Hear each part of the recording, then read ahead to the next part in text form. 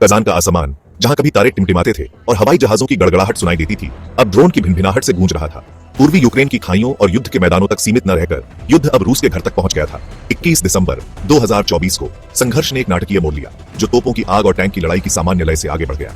8 मानव रहित हवाई वाहन, रात के खामोश शिकारी, इस क्रूर संघर्ष में एक नए अध्याय का प्रतीक थे। निशाना कजान अंतरराष्ट्रीय हवाई अड्डा, रशियाई ताकत का प्रतीक और उसके सैन्य अभियानों का एक महत्वपूर्ण केंद्र। यह केवल बुनियादी ढांचे पर हमला नहीं था, यह एक संदेश था, यूक्रेन की अपने विरोधी के दिल पर वार करने की बढ़ती क्षमता का स्पष्ट प्रदर्शन। यह तथ्य कि अपेक्षाकृत सस्ते और आसानी से उपलब्ध ड्रोन रशियाई क्षेत्र में इतनी गहराई तक घुसपैठ कर सकते हैं, क्रेमलिन और उसके बाहर सदमे की लहरें भेज दी।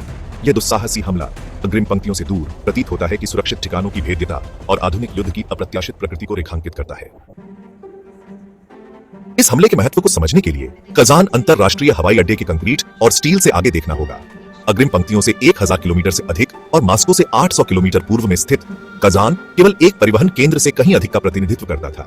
यह रूस की युद्ध मशीन का एक महत्वपूर्ण हिस्सा था, उसके सैन्य अभियानों के लिए एक रसद जीवन रेखा। यह चहल पहल वाला हवाई अड्डा, जो आमतौर पर पर्यटकों और व्यावसायिक यात्रियों के लिए प्रवेश द्वार होता है, सैन्य तैनाती, पुनः आपूर्ति मिशन और सैन्य उपकरणों के परिवहन के लिए एक महत्वपूर्ण मंचन स्थल में बदल गया था। कजान पर हमला करना एक रणनीतिक मास्टर स्ट्रोक था, एक सोचा समझा प्रहार, जिसका उद्देश्य रूस के युद्ध प्रयासों को बाधित करना और यूक्रेनी सेना की पहुंच और क्षमता के बारे में एक शक्तिशाली संदेश भेजना था। यह हमला द्रुत शीतन सटीकता के साथ हुआ। 8 ड्रोन, जिनका मूल अज्ञात है लेकिन व्यापक रूप से यूक्रेनी माना जाता है, अंधेरे की आड़ में कजान पर उतरे। इनमें से 5 मानव रहित हवाई वाहनों ने शहर के 3 जिलों में आवासीय इमारतों में टकराकर अपने निशाने पा लिए। जैसे ही विस्फोटों ने रात को चीर दिया, आकाश जगमगा उठा, जिससे शहर और उसके स्तब्ध निवासियों में सदमे की लहरें दौड़ गईं। शहरी जीवन के प्रतीक 4 ऊंची इमारतें प्रभाव से जख्मी हो गईं, उनकी खिड़कियां उड़ गईं और अग्रभाग आग से काले पड़ गए। एक और ड्रोन एक कम ऊंचाई वाली इमारत से टकराया, जिससे उसके पीछे विनाश का निशान रह गया। एक छठा ड्रोन, जिसने शहर के बाहरी इलाके में एक औद्योगिक संयंत्र को निशाना बनाया था, अपने लक्ष्य तक पहुंचने से पहले ही निष्क्रिय कर दिया गया था। भाग 4, युद्ध का कोहरा, बयान और प्रतिक्रियाएं। हमले के बाद के अराजक माहौल में परस्पर विरोधी आख्यान सामने आए। प्रत्येक पक्ष इस नाटकीय वृद्धि के आख्यान को नियंत्रित करने की कोशिश कर रहा था। रूस ने हमले की पुष्टि करते हुए और इमारतों को हुए नुकसान को स्वीकार करते हुए इसके महत्व को कम करते हुए जोर देकर कहा कि कोई हताहत नहीं हुआ है। कजान हवाई अड्डे और इजेव्स्क के एक अन्य हवाई अड्डे पर उड़ानें अस्थायी रूप से निलंबित करने के साथ आपातकालीन उपाय तेजी से लागू किए गए।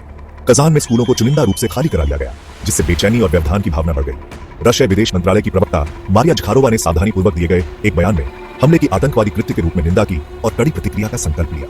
यूक्रेन ने आधिकारिक तौर पर जिम्मेदारी नहीं ली, लेकिन अपनी संलिप्तता का संकेत दिया। भाग 5, सम्मान का भार, यूक्रेन अपने शहीदों को वापस लाया। बढ़ते तनाव और कजान हमले की छाया के बीच पूर्वी यूक्रेन के युद्ध के मैदानों पर एक गंभीर और मार्मिक दृश्य सामने आया। सीसे के आकाश के नीचे यूक्रेनी सेना ने भारी मन से लेकिन अटूट संकल्प के साथ 503 शहीद सैनिकों के शवों को निकालने का गंभीर कार्य किया। यह अभियान तार्किक रूप से जटिल और भावनात्मक रूप से थका देने वाला इस क्रूर संघर्ष की मानवीय कीमत के बारे में बहुत कुछ कहता है। बरामद किया गया प्रत्येक शव एक छोटा जीवन, युद्ध की विभीषिका से टूटे हुए परिवार का प्रतिनिधित्व करता है। इन शहीद नायकों को वापस लाना स्वतंत्रता और संप्रभुता के नाम पर किए गए बलिदानों की एक शक्तिशाली याद दिलाता है। भाग 6, भय की लहरें, वैश्विक प्रतिक्रियाएं और स्थानीय चिंताएं। कजान पर हुए ड्रोन हमले ने रूस और यूक्रेन की सीमाओं से बहुत दूर तक सदमे की लहरें भेज दी। दुनिया ने आशंका और निंदा के मिश्रण के साथ देखा, क्योंकि संघर्ष, जो कभी बड़े पैमाने पर भौगोलिक रूप से परिभाषित युद्ध के मैदान तक सीमित था, नए और अप्रत्याशित क्षेत्रों में फैलने की धमकी दे रहा था। नाटो, यूरोपीय संघ और पड़ोसी देशों ने हमले पर गहरी चिंता व्यक्त की, रूस की आक्रामकता की अपनी निंदा दोहराई, साथ ही संयम और शत्रुता को कम करने का आग्रह किया। यह हमला इस संघर्ष के वैश्विक निहितार्थों और गलत अनुमान और अनपेक्षित परिणामों की संभावना की कठोर याद दिलाता है। भाग 7, इतिहास की प्रतिध्वनि, हवाई अड्डे युद्ध का मैदान क्यों बन जाते हैं। कजान अंतरराष्ट्रीय हवाई अड्डे को निशाना बनाना हालांकि अपनी दुस्साहस में चौंकाने वाला था, युद्ध के ऐतिहासिक संदर्भ को देखते हुए पूरी तरह से आश्चर्यजनक नहीं था। हवाई अड्डे आधुनिक जीवन की वे महत्वपूर्ण धमनियां लंबे समय से उन जुझारू लोगों के लिए प्रतिष्ठित लक्ष्य रही हैं, जो अपने विरोधियों को अपंग करना और उनकी युद्ध करने की क्षमताओं को बाधित करना चाहते हैं।